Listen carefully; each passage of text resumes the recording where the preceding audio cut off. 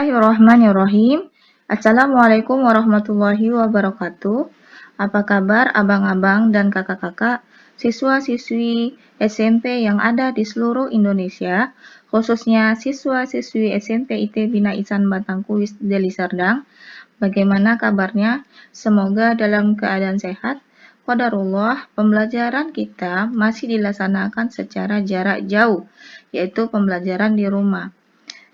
Walaupun dengan jarak jauh atau dengan daring, Ustazah harap Ananda semangat belajarnya jangan sampai kendor dan harus lebih ditingkatkan lagi ya Ananda.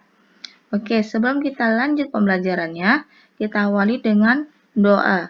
Bismillahirrahmanirrahim. Raditu billahi robba wa bil islami dina wa bi Muhammadin nabiyya wa rasula. Rabbi zidani ilma warzuqni fahma wa amalan sholiha. Amin amin ya rabbal alamin. Semoga dengan diawali dengan membaca doa, kita mendapatkan manfaat dari ilmu pada video pembelajaran kali ini. Kita lanjut ya Ananda pada slide berikutnya, yaitu pembelajaran kita masih melanjutkan tentang teks berita. Adapun pada video pembelajaran sebelumnya, Ananda sudah belajar tentang mengidentifikasi isi teks berita. Untuk video pembelajaran kali ini, kita akan melanjutkan tentang menelaah struktur dan kebahasaan teks berita. Ahlan wa sahlan ya Ananda, sekarang Ananda sudah di kelas 8. Oke, teks berita pengertiannya adalah teks yang menginformasikan kepada pembaca, pendengar, penonton tentang peristiwa-peristiwa yang dianggap penting, faktual, aktual, dan layak diberitakan. Jadi sifat dari teks berita itu adalah berdasarkan fakta yang terjadi di kehidupan dalam dunia nyata. Dan aktual, beritanya terjadi pada saat itu dan masih baru dan tidak lama. Ya, itu tadi tentang pengertian teks berita. Berita kalian dapat temukan pada surat kabar atau koran. Dan berita juga dapat kita dengarkan atau kita lihat yaitu pada media televisi. Apa saja unsur-unsurnya yang kalian dapatkan pada video pembelajaran sebelumnya? Yaitu unsur-unsur teks berita itu terdiri dari 5W dan 1H. Ingat 5W apa dia? What, apa, who, siapa, when, kapan, where, di mana, why, mengapa terjadi berita itu, dan how, bagaimana itu bisa terjadi peristiwa tersebut.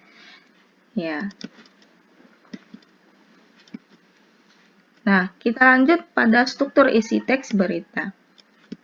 Struktur isi teks berita mencakup 3 macam, yaitu terdiri dari 3, yaitu judul,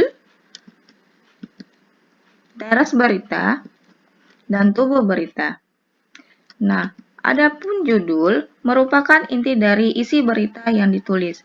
Penulisan judul harus menarik sehingga dapat membuat pembaca, pendengar, atau penonton tidak berpikir lama dan merasa tertarik untuk duduk membaca dan melihat keseluruhan isi berita. Jadi, judulnya itu berarti ada pada paling atas judul ya.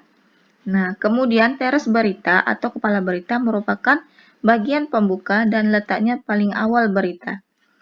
Isi teras berita tidak bertele-tele dan langsung pada inti berita. Ada 3 syarat penulisan teras berita, yaitu yang pertama, merangsang orang untuk membaca. Ya, jadi orang akan tertarik apabila teras beritanya itu dituliskan langsung pada inti berita dan tidak bertele-tele. Yang kedua, mengungkapkan fakta penting secara singkat. Yang ketiga, menyangkut kepentingan umum. Ya, berita itu pasti berkaitan dengan orang banyak ya, Nanda.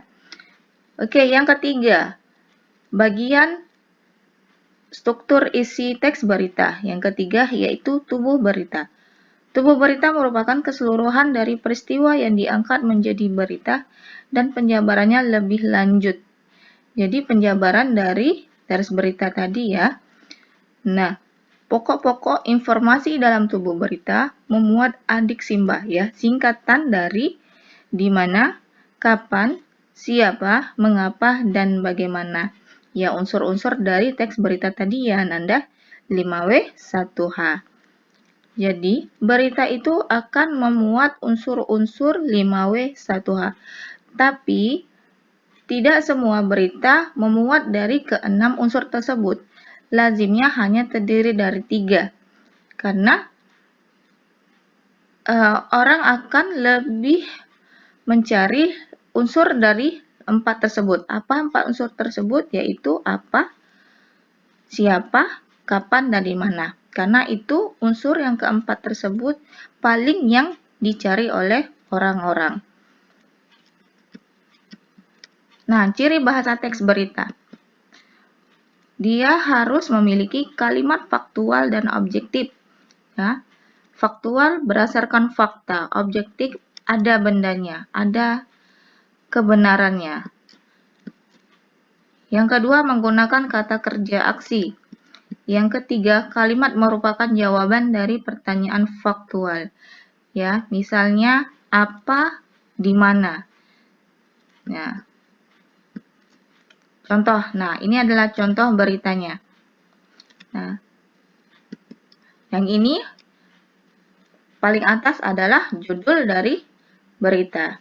Dan yang di garis bawah ini merupakan dari teras berita. Dan di bawahnya adalah tubuh dari berita ya. Tubuh berita itu adalah penjabaran dari teras berita tadi. Jadi berita itu harus berdasarkan fakta dan aktual. Apa judulnya? Epidemiolog sebut PSBB transisi hanya pelengkap penanganan COVID-19 Jakarta.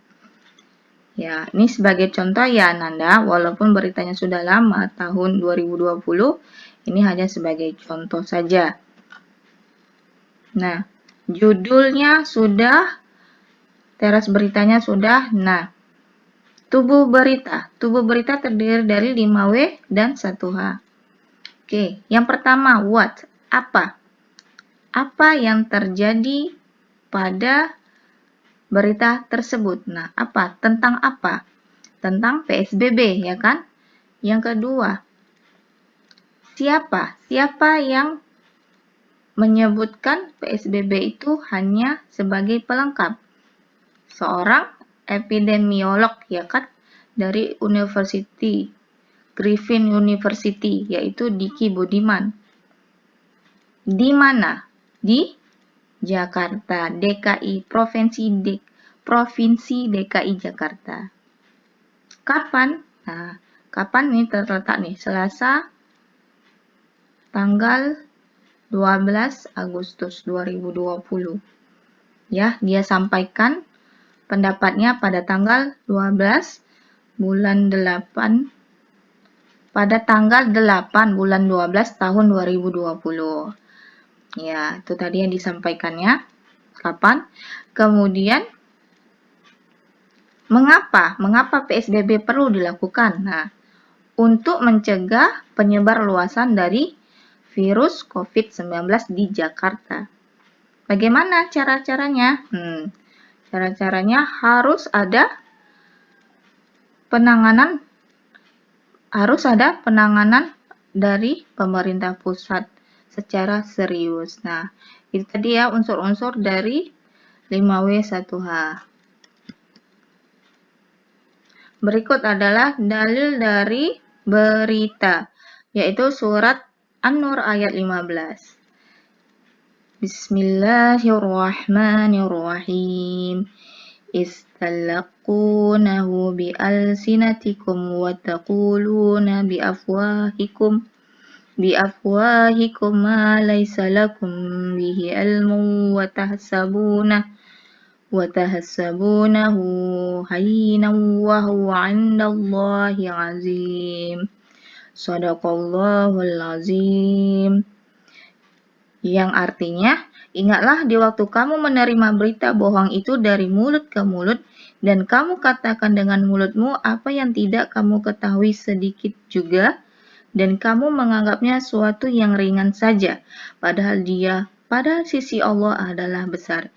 Ya, jadi ini dalil tentang teks berita. Jadi berita itu harus disampaikan dengan fakta, bukan dengan berita bohong dan ketidakbenaran. Jadi, sampaikanlah berita itu harus dengan fakta dan kebenaran yang nyata yang terjadi dalam kehidupan. Oke, berikutnya tugas ya Nanda. Carilah sebuah teks berita di surat kabar atau koran, lalu gunting teks berita tersebut dan tempelkan di buku tulis tugasmu, dan tulislah struktur isi teks berita. Ya, jadi struktur isi teks berita itu terdiri dari judul, teras berita, dan tubuh berita. Jadi setelah kalian menempel teks berita yang kalian dapat dari koran, kemudian tulis judulnya apa.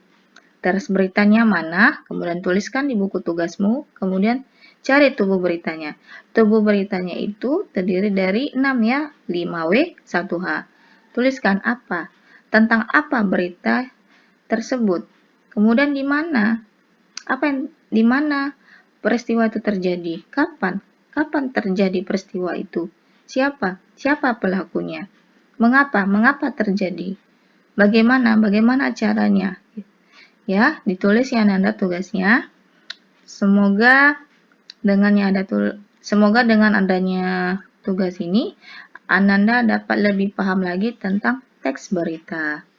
Dan semakin gemar untuk membaca buku ya Ananda. Alhamdulillah sudah melihat video pembelajaran ini. Ustazah harap tonton video pembelajaran ini sampai selesai ya. Terima kasih karena sudah menonton. Semangat dan assalamualaikum warahmatullahi wabarakatuh.